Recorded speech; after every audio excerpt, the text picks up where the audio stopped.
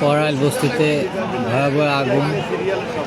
তো আমরা এই পারে আছি, তো কিছুই করার মতো নাই, কারণ নৌকা ছিল একটু, ওটা ডুবে গেছে,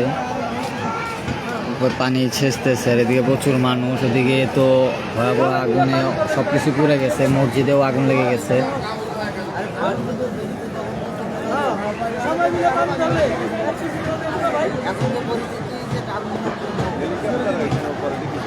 এখানে তো এখনো ফায়ার সার্ভিসের লোকজন দেখতে পারতেছি না, তারা মনে হয় এখনো আসে না এখানে।